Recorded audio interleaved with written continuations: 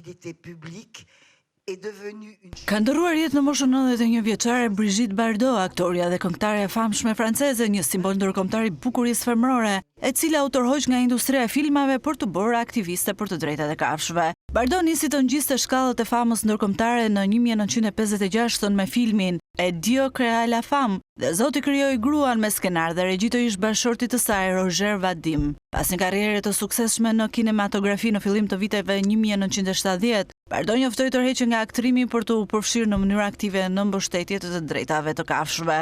E lindur në 1934 në Paris, Bardot u rrit në një familje tradicionale katolike, por u lejua të ndiqte studimet për balet, duke shkëlqyer në konservatorin prestigjioz të Parisit. Në të njëjtën kohë nisi punë si modele, duke dalë në 1950 në kopertinën e revistës Elle në moshën 15 vjeçare. Pas kësaj i ofruan role në filma. Në një audicion takoi Vadim, me të cilin u martua në 1952, kur aktoria mbushi 18 vjeç. Pasi shkëlqeu në filmin e Vadim dhe Zoti krijoi grua në fillim të viteve 60, luajti një numër filmash francez të profilit të lartë. Në mes po të viteve 60 mori një numër ofertash nga Hollywoodi. Përveç filmave, Bardot pati edhe një karrierë në muzikë, siç ishte edhe të kënduarit në versionin origjinal të këngës Je t'aime moi non plus, që Serge Gainsbourg e pati shkruar për të gjatë kohës që ishin përfshirë në një marrëdhënie jashtëmartësore. Pasi bashorti i asaj kohe i aktores Günter Sachs zbuloi këtë marrëdhënie, Bardot i kërkoi kompozitorit që të mos publikonte këngën. Më pas ai publikoi një tjetër variant me Jane Birkin që arriti sukses ndërkombëtar.